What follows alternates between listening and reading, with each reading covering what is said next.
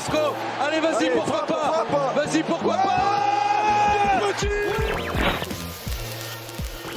J'ai un scoop pour vous. Penalty sur Ronny Lopez à la 151e. Vous demandez pourquoi on n'est pas revenu sur la VAR, mais la VAR ne fonctionnait pas. Le Colombien qui a pris le dessus, il a réussi son dribble. Falcao, ouais, oui, il est bon. Ce soir, je vais dire tout haut ce que tout le monde pense tout bas. Radio Diagonale, la web radio 100% rouge et blanche. Salut tout le monde et bienvenue pour un nouveau débrief de la 24e journée de Ligue 1 et Monaco qui s'est imposé 2-1 contre Brest, un stade, une pelouse où il n'est jamais facile d'aller gagner. En tout cas, récemment, Monaco s'était pas mal cassé les dents avec 2 défaites sous Niko Kovac. Sans marquer qui plus est, donc voilà, une série négative qui prend fin et on a le sentiment que tout réussit à l'ASM en ce moment. Pour parler de ce match, on sera avec Flo. Salut Flo. Salut le Damien, salut les diagonaux. Voilà. Et non, du coup, il n'y a pas que Rome qui fait des débriefs, voilà. Oui, ça, ils m'ont bien fait marrer. Moi, j'en ai dû en faire 8 sur 10, là, ces derniers temps. Et... Ah oui, c'est Radio Rome. Ah bah, c'est sympa. Voilà. Alors, du coup, on va attaquer avec les 3 points. Donc, je te laisse commencer, Flo. Yes. Écoute, moi, je trouve que il fallait pas en attendre trop de ce match. On était 2 jours et demi après l'Europe et comme tu l'as dit, on a une mauvaise série à Brest. C'est une équipe qui se bat, qui se bat dans le bas du tableau. Et donc mon premier point, c'est une victoire quand même. J'ai envie de dire dans la gestion de l'effort, dans sa globalité. C'est-à-dire, on n'a pas surjoué, on a joué avec nos capacités du moment et je trouve que ça a été plutôt bien maîtrisé et plutôt bien fait, bon à part cette petite frayeur en fin de match, mais je trouve que c'est une victoire quand même dans le genre de saison où tu fais une relativement bonne saison, donc j'espère qu'on va faire une relativement bonne deuxième partie de saison et c'est mon deuxième point, c'est donc la série en cours. Tu as parlé de la série négative qui s'arrête et puis la série positive qui continue, donc on a 9 matchs sans défaite en Ligue 1 avec 7 victoires dans le tas et une vraie bonne dynamique qu'on avait initiée avant la Coupe du Monde et qui se prolonge. Donc on espère que ça va ne faire que durer. On a eu une belle victoire la semaine passée. Je vais attendre la semaine prochaine pour chambrer Damien qui nous voyait partir dès ce tour-là. Mais non, mais je me retiendrai autant que possible, t'inquiète pas. Et puis c'est un prono après. Hein. Et puis non, et donc une belle série. Et mon troisième point, c'est sur Boadou. Alors on a chambré Boadou comme il se doit, hein, et moi le premier. Mais après, je pense avec raison, parce que c'était un type qui, quand on lui donnait du temps de jeu, ne montrait rien. Et preuve qu'on n'est pas rancunier, enfin je l'espère, ça fait plaisir de voir sur ce match que ça devient quelqu'un qui pourrait être potentiellement utile, surtout dans des 1, on s'entend, hein, ça ne va pas devenir un titulaire en puissance ou un joueur important de l'équipe, je ne crois pas, en tout cas on lui souhaite, mais pas encore aujourd'hui, mais un joueur utile quand justement les énergies sont un peu plus basses.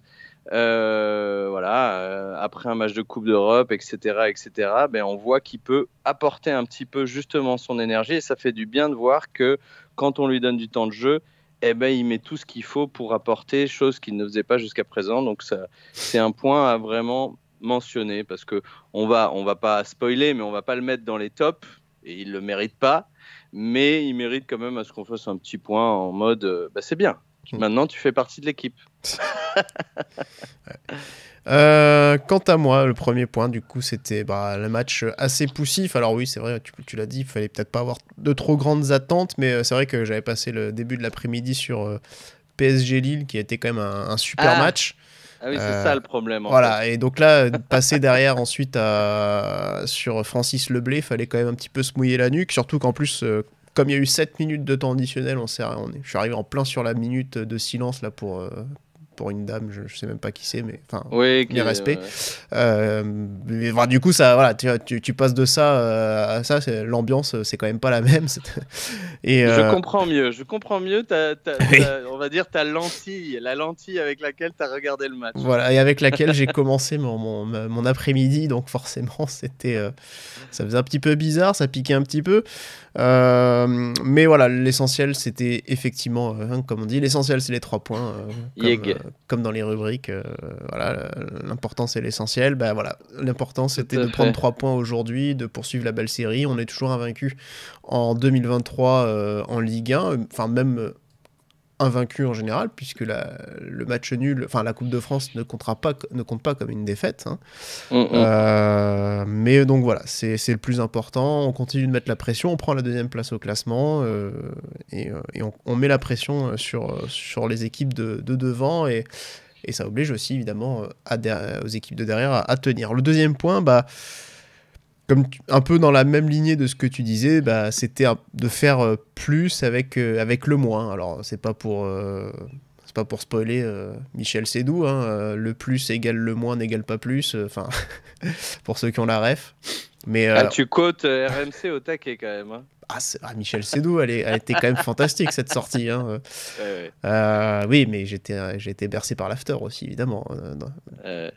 Mais voilà, on avait beaucoup d'absences, on en reparlera aussi au niveau de la compo, et c'est vrai qu'on a été obligé finalement de faire aussi pas des compromis, mais voilà, Clément voulait pas parler de bricolage, mais c'est vrai qu'il a fallu aussi faire des choix et mettre des joueurs à des postes inhabituels, donc c'est logique aussi qu'il y ait beaucoup moins d'automatisme, beaucoup moins de débauche d'énergie, de dépassement de fonction, parce qu'on a des joueurs qui ne sont pas forcément habitués non plus à jouer beaucoup avec l'équipe ou à jouer tout court, donc forcément, comme il l'a dit, c'est moins fluide, et c'est logique. Et puis le 3e point, lui par contre il joue tous les matchs, hormis la Coupe de France, mais ça devient urgent pour moi que la saison prochaine on ait un autre gardien, parce que Alexander Nubel, ce n'est plus possible. On n'a pas perdu, tant mieux, heureusement, mais voilà, il nous coûte un but encore. Il y a d'autres dans la chaîne de responsabilité, il y aura d'autres joueurs dont on pourra un peu évoquer, qu'on pourra évoquer en détaillant un petit peu l'action, mais voilà, sur le but, il danse la gigue là. Il danse le Mia. Voilà, ça. Triple axel, double Lutz Piqué. Voilà, il a fait les éliminatoires pour les JO les prochains JO d'hiver. Voilà, ça me fatigue. Il a rien à faire du match, et sur le seul truc qu'il a à faire, il le fait pas correctement. Donc c'est assez fatigant, et on a vraiment besoin d'un bon gardien pour la saison prochaine, pour avoir des objectifs plus élevés. C'est mon avis. La composition, du coup, Flo, comme je le disais, voilà, on avait pas mal d'absences. Alors, le problème surtout là, c'est qu'elle se concentrait sur le côté droit de la défense. Aguilar, Vanderson, on a ajouté aussi Maripane, plus Kevin Folland et Gelson Martins. Ce qui fait qu'en plus, si jamais... Alors, Philippe Clément a choisi de rester dans le système de son 4-4-2, mais c'est vrai que l'absence en plus d'un Gelson, par exemple, ça pouvait aussi le limiter si jamais il avait eu l'idée, à un moment donné, de changer, de passer à un 3-4-3 et d'avoir des pistons plus offensifs, justement. Ouais. Voilà. Là, on était vraiment plus limité. Ouais, comme tu le dis, on a un côté droit... bien parsemé, et on a Ethan Diop, ton petit chouchou, je pense que ou je sais pas si c'est ton petit chouchou, mais en tout cas qu'il a ramené de la réserve, qui aurait pu apporter une solution éventuellement à droite en cours de match, mais effectivement il arrive à quand même garder le même système de jeu. Moi je trouve que sur l'ensemble du match on voit que bon, les mecs sont pas totalement interchangeables, il y a des différences de niveau, et il y a des différences de pic de forme aussi chez certains, hein, on va y revenir, mais le système fonctionne encore, et je pense que c'est bien que ça soit assez lisible pour les adversaires qui maintenant savent exactement comment on joue. Ça reste embêtant, et ça reste un système dans lequel on se sent confortable défensivement et offensivement, je pense. Ouais, on pourra également évoquer le changement au milieu de terrain, Camara qui était sur le banc, Matazo titulaire. Donc Malang Sarr également axe gauche, et finalement donc Disasi bien laissé axe droit. Je pense qu'il a pas voulu prendre le risque de tenter un axe Matsima Malang Sarr. Clairement, ouais. Voilà, il a voulu garder un peu mettre un taulier entre les deux. Ben, moi j'ai eu peur en Coupe d'Europe qu'il fasse ça sans Sarr, mais qu'il mette Disasi à droite et Matsima et quand même Clément, c'est quand même, on peut lui donner ce qu'on peut lui donner, c'est quand même quelqu'un qui a des fois du bon sens. On a eu tellement l'habitude d'avoir des entraîneurs qui font des changements, les changements qu'on veut pas, qu'on est quand même content de voir que le type réfléchit moindrement. Et effectivement, donc que ça soit sur l'entrée de Matsima en Coupe d'Europe ou sur les titus aujourd'hui, il met Matsima à droite et Disasi dans le centre pour avoir un peu plus d'assurance, quoi.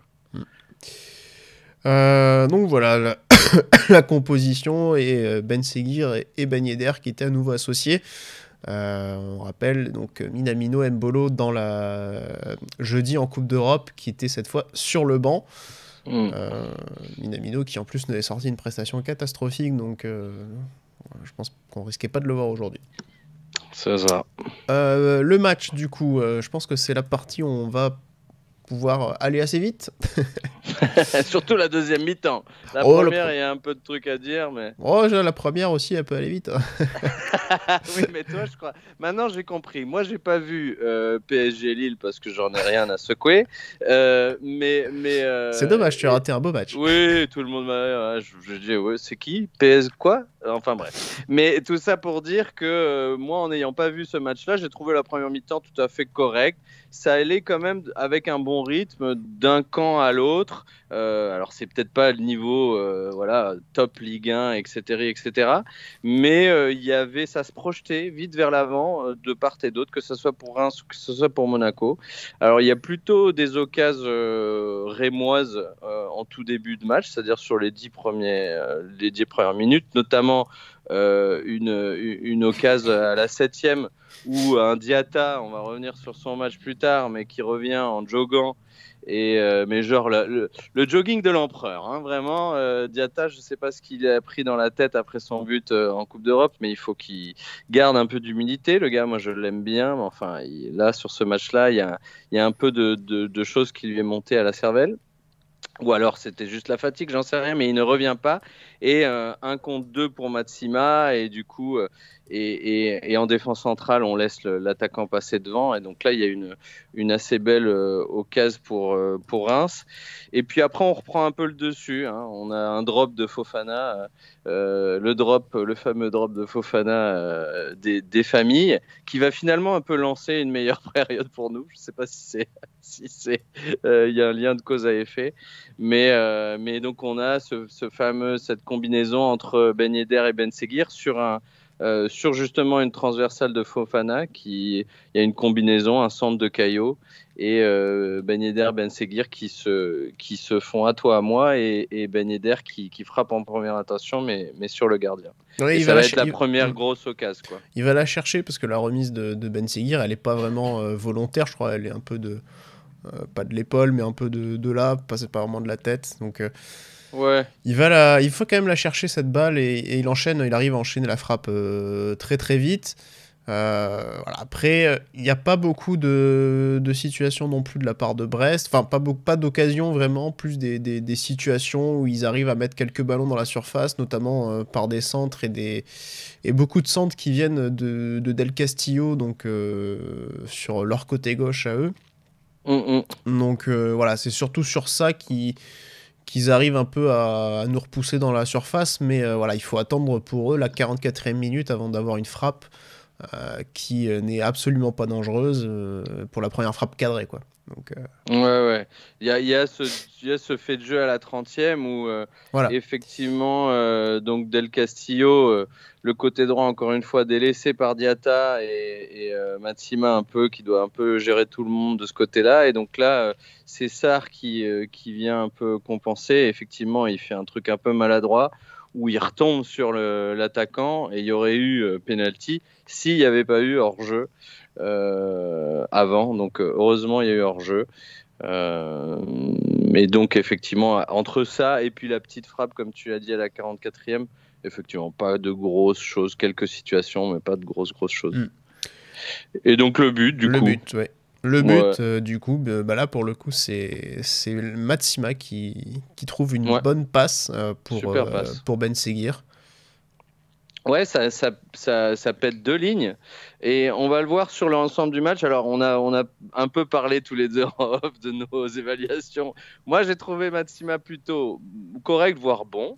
Et notamment sur le côté défensif correct et sur le côté offensif plutôt bon en fonction, encore une fois, à l'image de l'équipe, en fonction de ses capacités, c'est-à-dire un type qui va pas éliminer, qui va pas dribbler, mais justement, il a fait beaucoup de passes, on va dire, anticipées et des passes qui cassent les lignes. On va le voir, ça va revenir plusieurs fois, même sur le deuxième but, il va faire partie de ça. Et donc, sur ce premier but, effectivement, il fait une passe qui casse 2 lignes. Ben Seguir qui donc prolonge la balle pour Ben Yedder proche de la ligne de fond de terrain et qui remet en retrait encore une fois. Donc la passe de Ben Yedder, je ne sais pas si elle est voulue, je pense qu'il sent Golovin et qu'il la met dans la bonne zone. Ouais, et elle traverse tous les joueurs et Golo qui croise sa frappe parfaitement. Il est presque juste là, il a juste à mettre le pied en opposition en fait, mais c'est vrai que elle est je sais pas si elle est volontaire cette passe de Ben Yedder, enfin la passe oui forcément, mais c'est vrai qu'on n'a pas l'impression, est-ce qu'il a vraiment pris l'information avant, on n'a pas l'impression qu'il regarde vraiment dans la zone. Et enfin, je veux dire, il sent le coup. Quand tu vois qu'il y a quand même 6 défenseurs brestois c'est dingue. autour et que elle arrive vraiment juste dans les pieds de Golovin comme il faut. Ouais. Après, elle n'est pas toute faite. Hein. Tu dis, il a plus que mettre le pied en opposition. Il faut quand même, il la croise bien. T'as raison, hein, la passe est parfaite, mais la finition est pas dégueu quand même de Golo. Oui, mais je trouve que le plus dur pour le coup là, c'est la passe à faire. Mais c'est vrai que je la trouve presque. Le fait qu'elle arrive aussi proprement, aussi bien dans les pieds, au milieu de tous ces Brestois, je trouve ça presque un peu improbable en réalité. Mais bon, du coup, tant mieux. Et ça fait 1-0 et c'est le plus dur de fait. Alors après, on imagine un peu à l'image du match aller que Brest va aussi revenir un peu plus motivé avec le retour des vestiaires. Ouais, mais on les étouffe bien. Mais oui, ça va pas.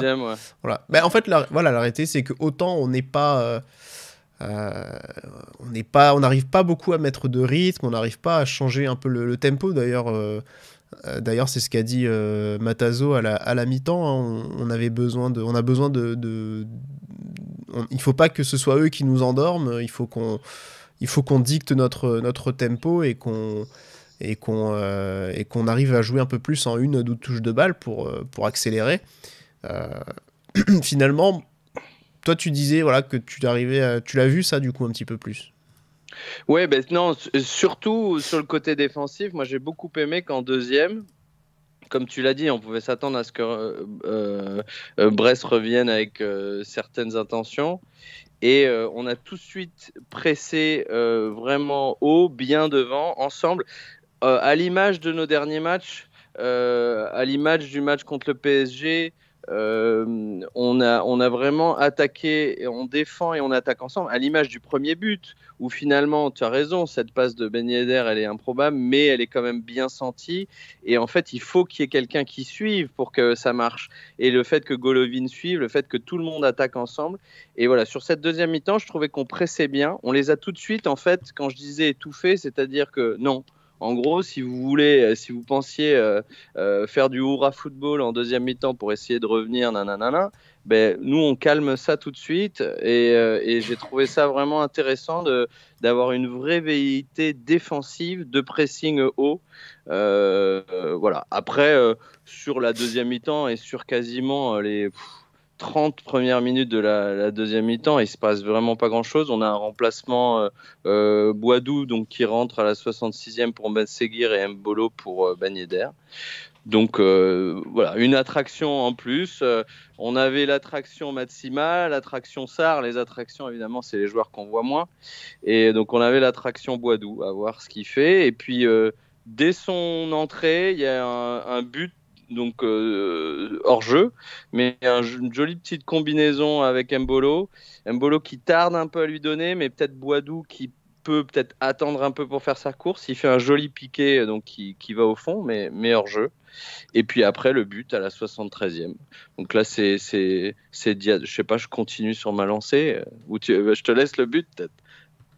Non, mais je te sens chaud, t'inquiète. Alors, c'est Diatta qui décale Matsima. Donc, et là, pour le coup, une des rares fois du match, Matsima qui pique un petit sprint et qui met un centre parfait pour Boadou, qui fait la bonne course aussi.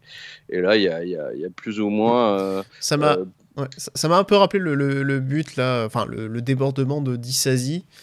C'était contre Ferencváros, si je dis pas de bêtises, en Europe. Ouais. Quand Et Ben Yedder, main major. Je crois que c'est contre eux. Et c'est vrai que voilà, c'est rare de voir, et c'est un peu inhabituel de voir ces grands gabarits là, de défenseurs centraux faire des différences balle au pied. Et c'est vrai que quand je vois ça sur le coup, je me dis pas forcément qu'il va y avoir un but derrière, mais quand je le vois, je me dis c'est bien qu'il l'attente, qu'il essaye de provoquer un peu balle au pied, parce que c'est vrai que rien ne dit qu'il peut pas y arriver à passer. Donc voilà, il élimine, et puis derrière il fait le centre en retrait. Boadou qui est bien placé, qui a fait le bon appel, qui a appel contre appel. Du coup il arrive à mettre un petit peu de distance avec le défenseur et être seul pour reprendre et placer au fond des filets. Je pense que c'est un joueur assez intelligent. Alors on peut Boadou mais non, Matsima. Ah, d'accord. Je le vois dans ses orientations de jeu, c'est un joueur qui est pas encore totalement formé techniquement et machin, mais c'est la seule action où il déborde. Et en fait, je pense qu'il sent que là, il a une possibilité, il a suffisamment de distance avec le défenseur, il a une vraie réflexion dans son jeu. Moi, je le vois sur plein d'actions sur ce match-là, et bon, ça fait plaisir à voir. Et après, donc, on a une frappe hors jeu de Boadou 1 minute après, donc Boadou time. Et puis une petite. Là, on commence, on va dire, à partir de la 75e, ça commence à retomber. Il y a une petite. Il y a un corner où Nubel sort mal et les attaquants brestois, ils sont 2, je crois, qui se gênent parce qu'ils ont le but quasiment vide. On peut quand même mettre... c'est vrai, Nubel n'a pas eu grand-chose et sur le but, il est fautif. En plus, il y a cette petite action où franchement, il pouvait y avoir but, 76e. Après, il y a Jacobs qui rentre pour Matsima. Donc à la 82e, il fait un petit roulement du coup. Comment on se réorganise d'ailleurs, aide-moi. Jacobs va à droite. Ouais, Jacobs va à droite, c'est ça, ouais. Ouais, c'est ça. Ouais, Jacobs va à droite. Et là, on sent que ça retombe. 85e, pile à la 85e, donc on met 2-0. Et il y a un truc très intéressant, c'est que vraiment, on sent que les joueurs monégasques, bon, vraiment, on a fait avec nos énergies de la journée qui n'étaient pas très hautes.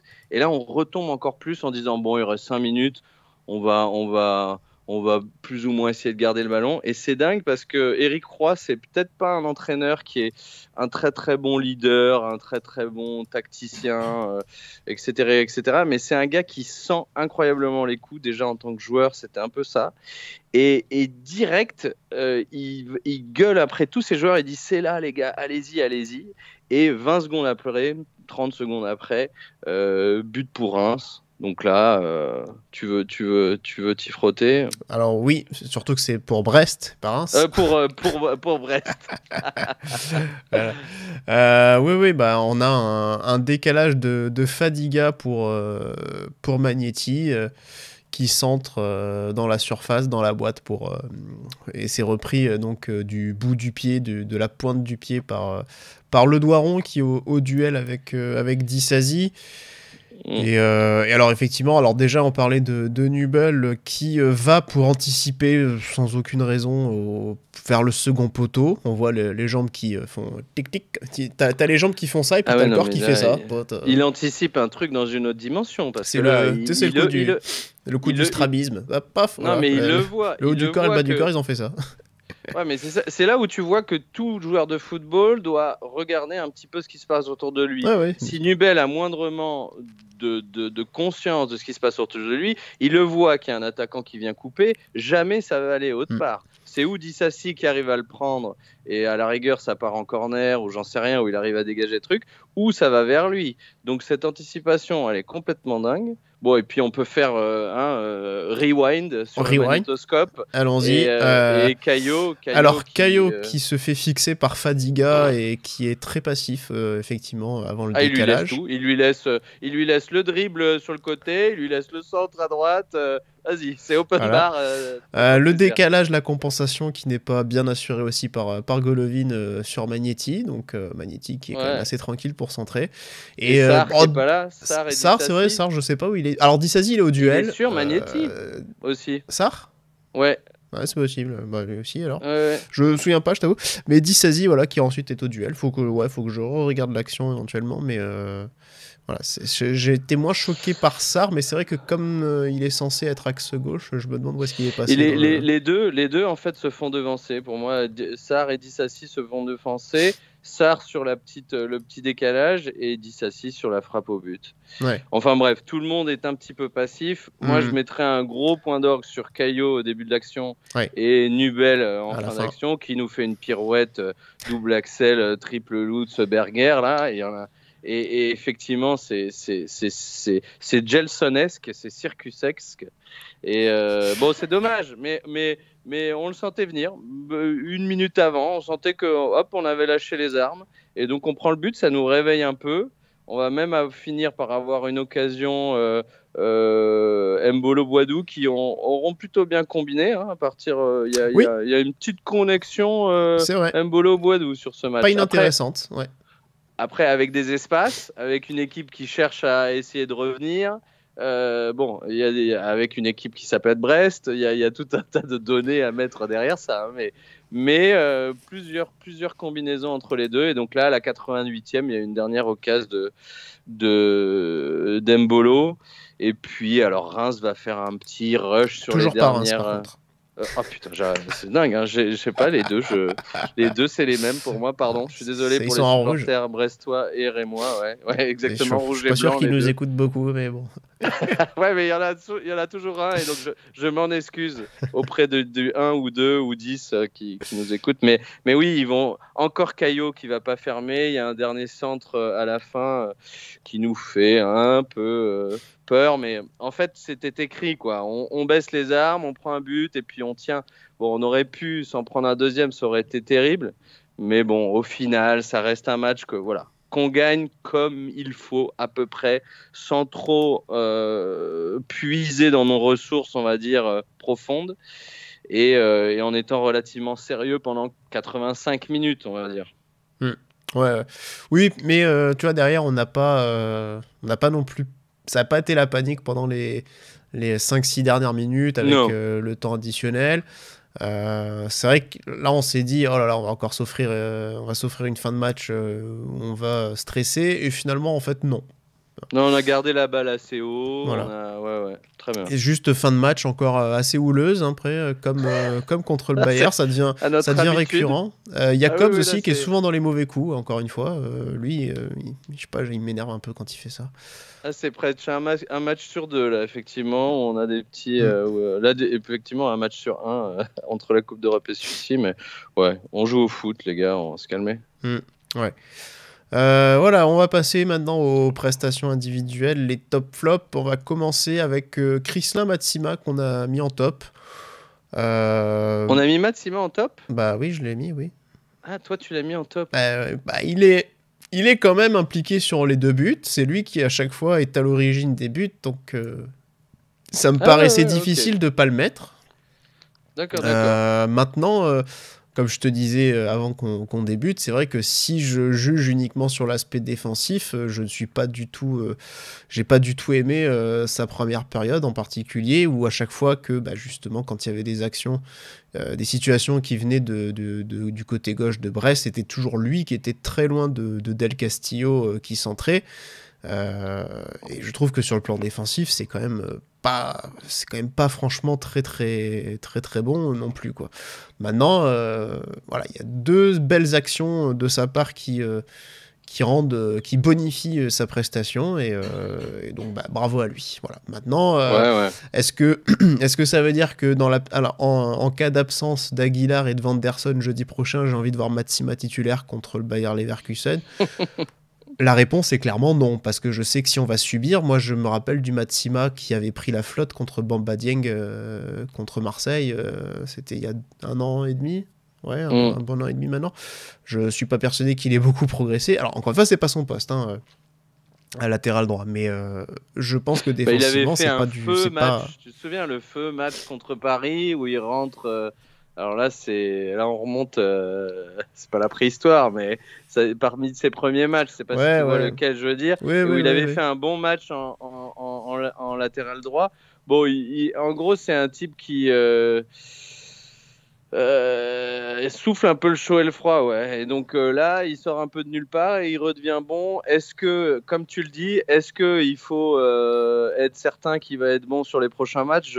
Pas du tout, mais effectivement là sur les 2 matchs, sur son entrée en Europe et sur son match, il fait quand même largement le taf, et comme on le disait, offensivement, c'est pas le mec qui va te faire des percées, c'est pas le mec qui va trop combiner avec son milieu droit, on va dire, mais il va faire les bonnes passes, il va être relativement propre. Et voir un peu mieux. C'est vrai que, et à l'image de la belle ouverture qu'il fait pour Ben Yedder en fin de match contre le Leverkusen, c'est vrai qu'il a une qualité balle au pied que je lui découvre aussi. Et qu'il a remontré ce soir. Donc ça, sur cet aspect-là, je suis surpris, agréablement surpris. Ouais. C'est dans les yeux, c'est un type qui a une bonne vision de jeu. Même défensivement, il voit, alors il sert pas, comme tu le disais, il n'a pas été suffisamment agressif comme à peu près toute l'équipe en fait aujourd'hui. Il aurait pu être plus agressif défensivement, mais c'est un type qui sent bien le jeu, qui voit bien autour de lui, que ça soit défensivement ou offensivement, il y a une vraie qualité là. Donc c'est des bonnes choses, parce que souvent les qualités techniques défensives, c'est des trucs qu'on peut développer. La vision du jeu, c'est plus compliqué à développer. Donc ouais. Non. Je vais te laisser parler de ton top. Tu as choisi Golovin. J'ai choisi Golovin, ouais, parce que franchement, le type joue tout le temps. Alors certes, il est souvent remplacé par Jacobs à 20 minutes de la fin ou des trucs comme ça. Mais je trouve qu'il a une débauche d'énergie assez impressionnante, notamment défensivement. Il y a beaucoup de grattage de ballon. Il met des passes, je me souviens d'une demi-volée de 30-40 mètres qui fuse à ras du sol, parfaite pour, je crois que c'est Caillot qui est débordé, ou je sais plus, sur la gauche. Enfin, il crée toujours ces décalages. Et puis, évidemment, il y a le but, mais il y a toute l'énergie qu'il met en dehors du but. Il est encore une fois dans les bons coups, et donc... Voilà, c'est assez dingue le fait qu'il arrive à enchaîner autant, et je trouve que sur le côté physique, c'est un de ceux qui se porte le mieux après tous ces enchaînements de matchs, et pourtant c'est pas un de ceux qui joue le moins. Donc voilà, je sais que toi tu l'as un peu moins aimé, mais voilà, moi je l'ai trouvé vraiment intéressant. Je l'ai pas trouvé très impactant sur ce match-là, mais bon. Tu sais comme on voulait. On s'est mis un challenge, on va essayer d'avancer. Oui. Regarde. Dernier top pour moi, Wissam Ben Yedder, du coup, qui était dans les bons coups en première période, avec voilà, la première belle action, c'est pour lui. La passe décisive sur le but de Golovin, voilà, c'est lui qui la trouve. Encore une fois, on a peut-être un peu improbable, mais bon, n'empêche. Ouais, voilà. Et voilà, il a souvent essayé de jouer avec les autres, donc je l'ai trouvé vraiment bien dans le collectif, et un peu moins en seconde période après, mais D'ailleurs, il prend un jaune un peu bête, mais bon. Pour moi, c'était le joueur le plus en évidence sur ce match offensivement. On va attaquer les flops maintenant. Alexander Nubel, on en a déjà pas mal parlé, mais encore une fois, il a un truc à faire dans le match, il le fait pas. Flop, un gardien urgent. Pourquoi j'ai Toulouse ? Ah merde, oui, j'ai oublié de changer. Zut, ça ne les a pas changés. Alors du coup, les flops, c'était pareil. Ah non, les tops, c'est bon, mince. Bon. On va essayer de régler ça. On prolonge, on continue. Ouais, on continue. Du coup, alors, tu as mis Caio Henrique. Tu as mis Caio Henrique en flop. Oui, c'est mon gros flop, parce que je pense que sur ce match, il n'y a pas de gros top. Hein. Tu parles de Ben Yedder, moi je parle de Golovin, mais on n'est pas d'accord finalement sur l'un et sur l'autre, parce que moi, Ben Yedder, je trouve qu'il fait un match correct. Il n'y a pas de gros top, encore une fois. On a fait un match selon nos possibilités, nos capacités. Par contre, Caio, ça commence à me taper sur le système. Je le mentionnais déjà plusieurs fois cette année. Pour Marseille, le but, il est pour lui. Il ne ferme pas, je crois, sur Bernat ce jour-là. Là, le premier but, encore une fois, ça sert à quoi d'être latéral gauche si tu laisses tout l'espace pour dribbler sur ton côté gauche, tout l'espace sur centré pour ton côté droit, tu ne fermes rien, tu ne fermes pas les lignes de passe, tu ne fermes pas la course. En général, on explique à un latéral de justement se mettre aux trois quarts pour pousser le joueur vers la ligne de touche, donc laisse-lui plutôt le dribble, mais au moins pas le centre facile. Et là, ça fait plusieurs fois qu'il n'est pas assez agressif défensivement. Alors, on l'a dit, c'est un truc sur toute l'équipe aujourd'hui. On n'a pas été ultra agressif défensivement. Mais Caio, là, c'est un mal qui est plus long. Ça fait un bout de temps. Et faut qu'il muscle son jeu, Robert. Faut qu'il muscle son jeu. Alors, pour le coup, c'est vrai que j'étais moins de mon côté parti sur Caio. Même si j'entends effectivement tout ce que tu dis et je suis d'accord, mais c'est vrai qu'après sur le plan défensif il a été pas souvent mis en difficulté non plus. Il n'a pas, à part évidemment là sur le but, mais par contre là c'est plus aussi sur l'apport offensif. Si on regarde un peu la répartition des attaques, c'est vraiment on s'attendait à un côté droit en fait assez expérimental. Surtout que ça part plus de là, ouais. Et alors qu'en fait, toutes les actions, tous les buts sont vraiment plus venus du côté droit et du côté gauche, il s'est pas passé grand chose. Alors du coup, je parlais un petit peu de Golovin pas assez impactant. C'est le même reproche que je vais faire à Caio. C'est un match où je pense qu'il y a de la place et où je pense qu'ils se sont mis un peu les deux en mode économie.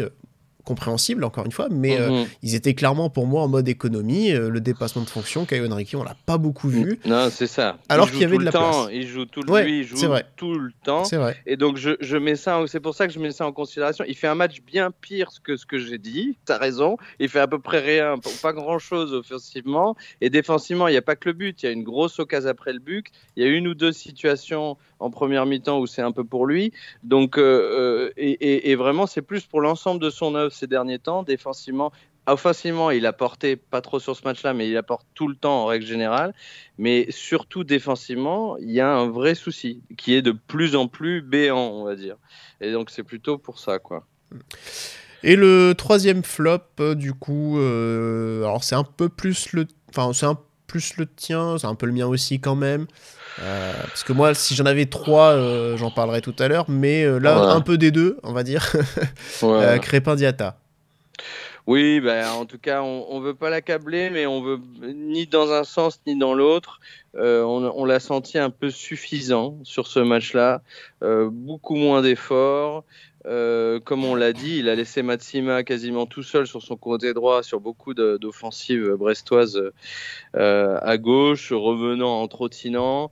Il n'a pas fait grand-chose de bien sur l'ensemble du match. Bon, c'est un joueur qui, moi je le dis depuis le début, c'est le genre de joueur qui est un joueur de coups. Il va mettre des coups d'éclat, des coups de tonnerre, il ne va pas faire grand-chose. On l'a vu encore une fois sur le match de Coupe d'Europe et sur plusieurs fois. Voilà, c'est un gars qui va te faire une percée, une bonne passe, un but.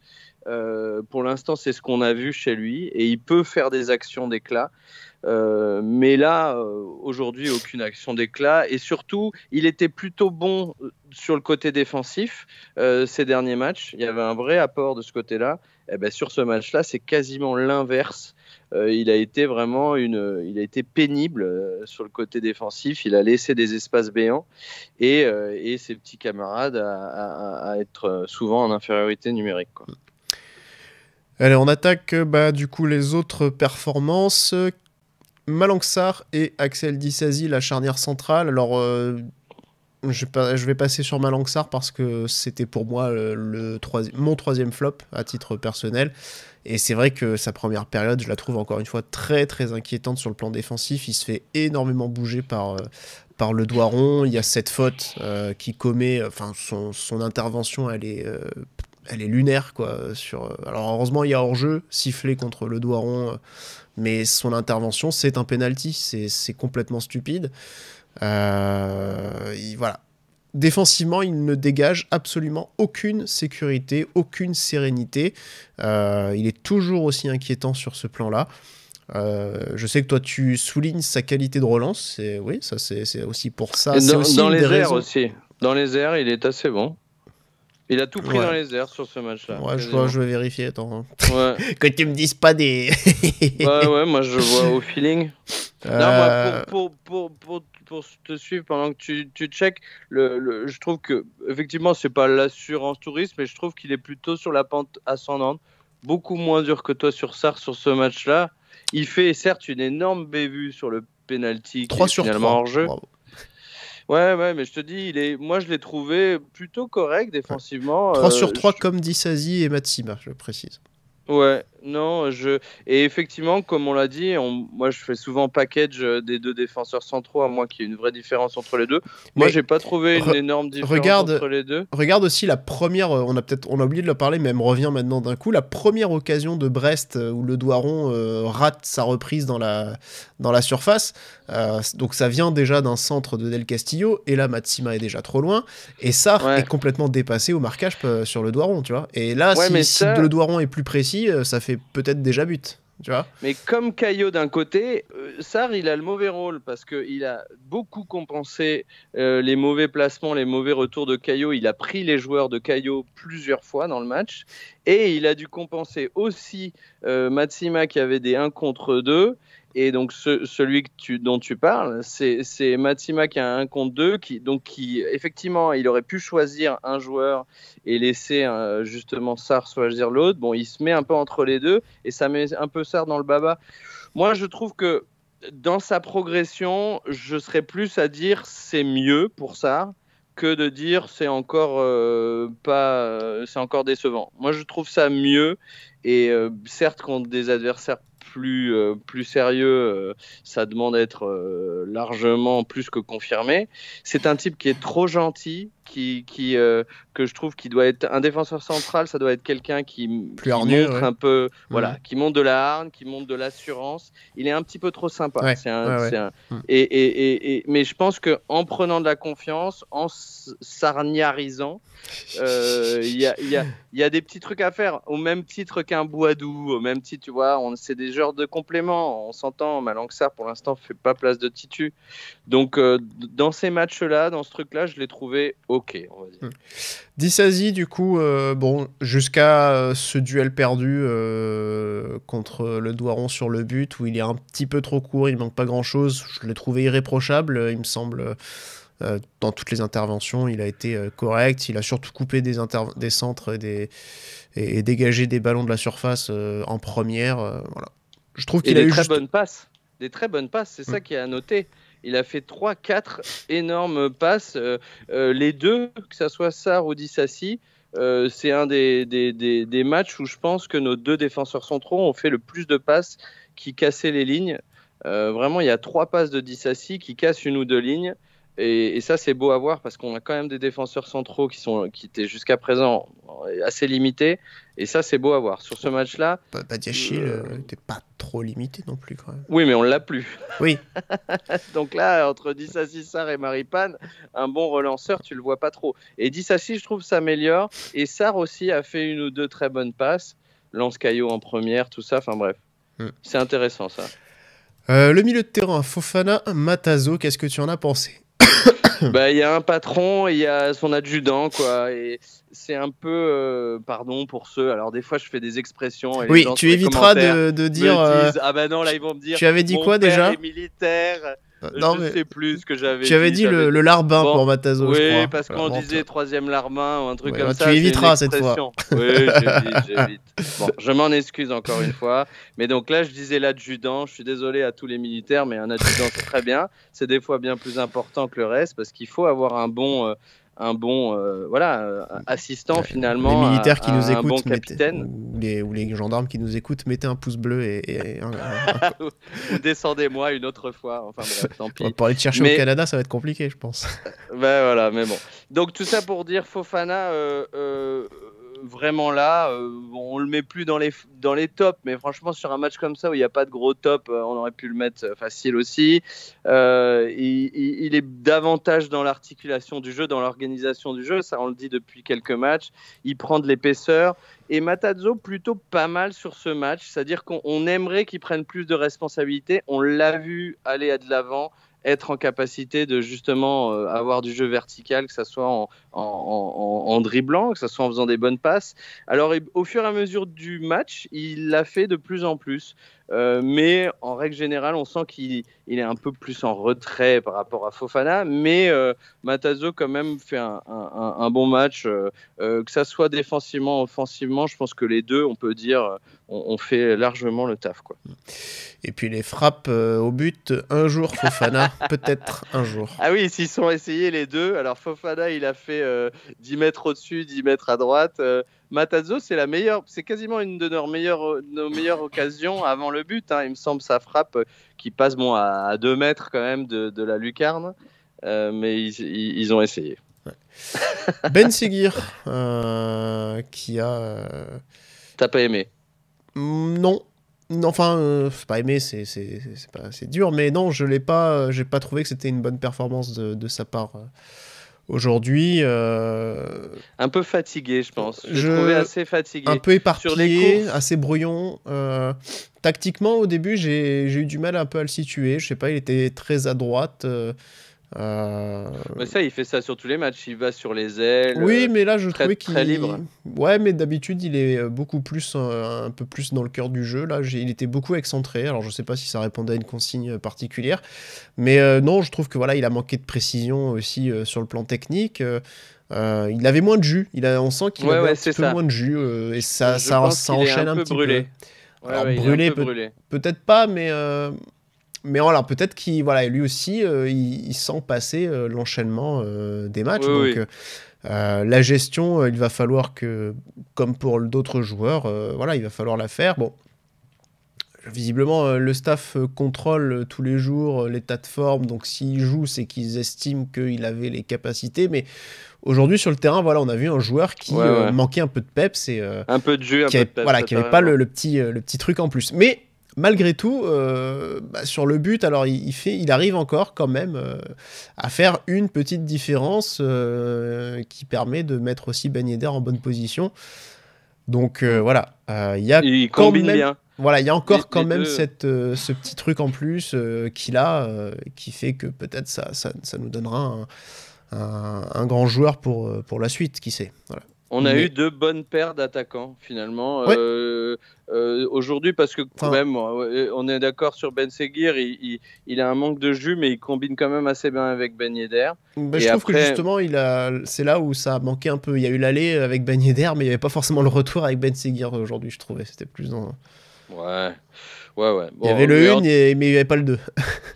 Mais en tout cas, effectivement, on est d'accord. Quand j'ai dit brûlé, c'est effectivement un peu fort, mais on sentait qu'il avait ce petit 10-15% de jus en moins qui quand même fait la diff des fois sur certaines courses et certaines combinaisons, comme tu dis. Et après, Mbolo, Boadou, qu'on fait un peu... Les remplaçants, les 3 remplaçants avec Jacobs, on a l'impression d'avoir vu quand même 2 bonnes paires, et Mbolo, Boadou, ça a combiné. Alors, on a senti Mbolo moins concerné que Boadou, un peu plus en gestion lui aussi, mais voilà, on l'a dit, hein, ils ont eu 2-3 occasions les deux, et puis le but de Boadou. Après, heureusement que quand Boadou rentre, il est concerné, j'espère. Parce Oui, que... oui, mais c'était pas le cas jusqu'à présent. Voilà, c'est ça. Jusqu'à présent, on a vu quand même de sa part des entrées un peu, je vais pas dire honteuses, mais bon, Non, tu vois, mais le c'est mec ça. qui rentre, il a pas beaucoup de temps et tu as le sentiment qu'il joue avec le frein à main quand il rentre. Là, heureusement qu'il y a, il y a un peu le sentiment de le voir un peu plus concerné. Et d'autant que, encore une fois, que Mbolo puisse lui être davantage dans la gestion, c'est compréhensible, puisque lui joue beaucoup plus. Que Boadou soit dans la gestion, ça ne l'est pas. Hein. Lui, Non, tout à fait. C'est la première fois qu'il joue depuis quand? Je sais même, c'est quoi son dernière entrée? C'est contre Ajaccio ou Une Brest? éternité. Voilà, je sais. Je ne sais plus non plus, mais le temps que tu clôtures. C'était je vais Ajaccio, trouver. voilà. Il a joué 20 minutes contre Ajaccio. Ouais. Donc, enfin après, j'ai que la Ligue 1 sous les yeux. Donc je vais vérifier pour être sûr s'il n'y a pas un Rodez ou un. Non, mais Voilà. c'est ça, il me semble Ajaccio. Ouais, donc du coup, Il joue bon, pas, Rodez. il joue pas. Non, il joue pas. Il reste sur le banc. Donc derrière, il y a quand même 5 matchs sur le banc avec la Coupe d'Europe. C'est sûr que c'est pas évident pour lui hein, d'avoir des minutes, donc c'est bien qu'il se distingue en marquant. Il a une autre occasion, il fait un bon décalage pour Mbolo aussi à un moment donné, il le lance au bon moment. Ouais. Donc voilà. Et il fait une interview d'après-match où il est plutôt positif. Il dit, vraiment assez bon état d'esprit. Il dit, oui, j'ai pas beaucoup de temps de jeu, mais voilà, à chaque fois que j'en ai, enfin, des trucs un peu bateaux, mais avec un vrai ton positif et pas le mec qui dit ça pour, C'est la voix, faire ça. bien, quoi. C'est la voix. Oui, non, mais un vrai plus pour Boadou qui re-rentre dans l'effectif, comme je disais tout à l'heure. Moi, Enfin, franchement, Après, il va peut-être pas jouer pendant 5 matchs encore, donc on sait pas trop. oui, mais bon, ça devient une option. Voilà. Sur Ouais. certains matchs, ça peut être une option. Ouais, en tout cas, parce qu'on n'oublie pas, hein, bon, Minamino, forcément, il a le bénéfice du doute, le transfert estival, donc du coup, il joue. Enfin, c'est pas le même poste, hein, mais les postes offensifs sont forcément aussi saturés, et encore plus depuis l'éclosion de Ben Seguir. Mais il y a aussi Voland qui n'arrive pas du tout à enchaîner cette saison. C'est quand même très étrange ce qui lui arrive. Mais bon, il y a toujours Voland dans l'équation, il ne faut pas l'oublier. Donc, Et comme d'habitude, on avait un challenge de 40-45 minutes pour notre débrief. Et sur les dernières minutes, Damien, on se foire. voilà. On parle trop de Boadou. On parle trop de... Mais on est sur la fin. Donc c'est quand même pas si mal parce Ouais. que notre dernière performance ensemble, ça devait être autour d'1h15. Donc quand même, mais c'était un baume. j'y vois une Je pense que progression. c'était le 7-1. C'était je Ajaccio, crois, il me ouais, semble. ça devait Donc être il y avait ça. des Oui, trucs oui. à dire quand même. Ouais. Donc bon, voilà, là au moins on a fini, donc on est quand même, on est un peu en dehors des clous, Dans les mais temps. ça va quand même. On espère on que est vous bien. aurez apprécié. Voilà, on est sur les temps de passage de Rome, parce que Voilà. visiblement. On n'a pas parlé de Jacobs parce qu'il n'y a rien à dire. Hein. Non. Voilà. Voilà. Et ben voilà, parfait. Donc c'est la fin de ce débrief. On le rappelle, hein, victoire 2-1. Monaco qui prend provisoirement la seconde place. On attend évidemment le temps que l'émission sorte, etc. Il y aura peut-être un peu déjà le match de Marseille qui aura déjà commencé. Donc Lens a gagné. Donc Lens a gagné, mais nous en tout cas on est derrière. dans tous les cas on reste sur le podium sur cette journée-là. On espère peut-être un faux pas marseillais, même si j'ai envie de plus, moi. Alors, je me dis, si on arrive à faire craquer le PSG, pourquoi pas, mais bon. Il nous faudra un gardien pour aller chercher le titre, je pense. Ouais. Et puis, évidemment, focus maintenant sur la Ligue Europa, le match retour contre le Bayer Leverkusen. Hein, des Allemands qui, a priori, vont être revanchards, hein, surtout les échauffourés de la fin du match. Voilà, on sait que les Allemands, quand ils sont revanchards, c'est jamais, ça rappelle des années sombres. Le but de Glick, ce but de Glick de nulle part. Aussi, ouais. Je me souviens de ce match du Bayern. Ouais, tout à fait, bien sûr.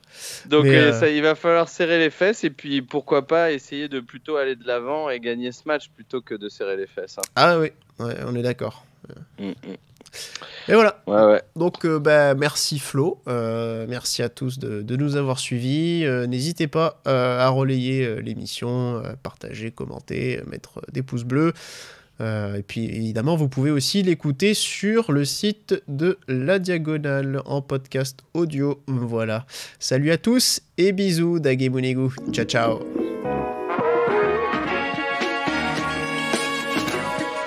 Et bisous.